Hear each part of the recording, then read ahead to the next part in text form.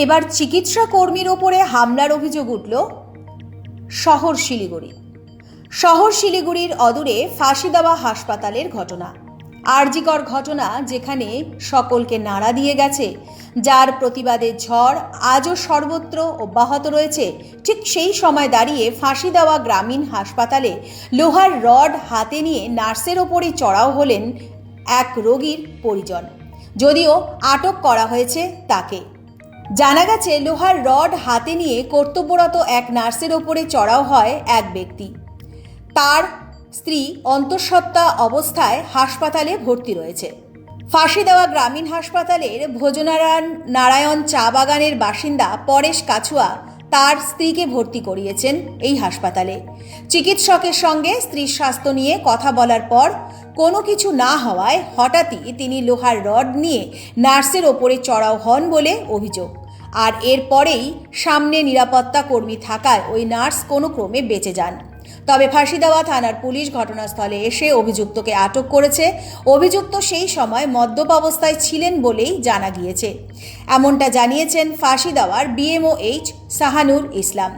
এই ঘটনা কোথাও না কোথাও মানুষের মধ্যে যে ধৈর্যশীলতা কমে যাচ্ছে, তার প্রতিফলনই প্রকাশ হচ্ছে বারবার। কিন্তু যারা স্বাস্থ্যকর্মী রয়েছেন, চিকিৎসক, নার্স রয়েছেন, তাদের ওপরে এই ধরনের ঘটনা কখনোই কাম্য নয় আমাদের সমাজের প্রতিটি মানুষের কাছেই।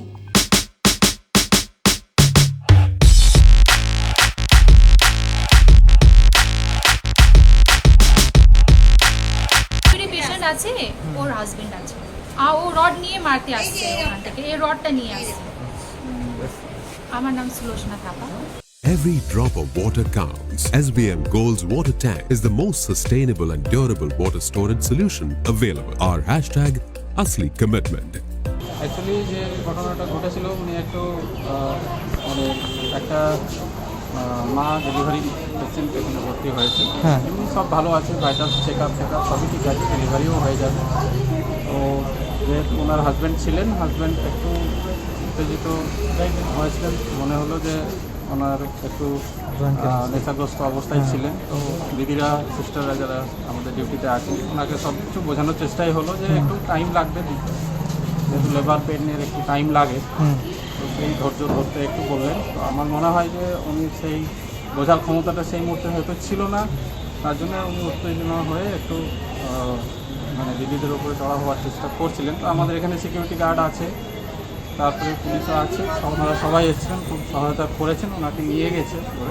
তো এখন সিচুয়েশান একদম নর্মালি আছে, কোনো অসুবিধা কিছু নেই। আমরা অবশ্যই আছি সবসময়। আর এখন পরিস্থিতি তো চারিদিকে সব স্ট্রাইক চলছে বা চলছে, আমাদের এখানে সব পরিস্থিতি স্বাভাবিক নর্মালি আছে, কোনো অসুবিধা কিছু আমরা হতে দিচ্ছি না, আর হতে দেবও না, সেরকমই চলছে। এদেরও এফিসিয়েন্ট, আমিও আছি, অসুবিধা কিছু নেই। লোকাল আমাদের অ্যাডমিনিস্ট্রেশনও আমাদের পাশের সঙ্গেই আছে।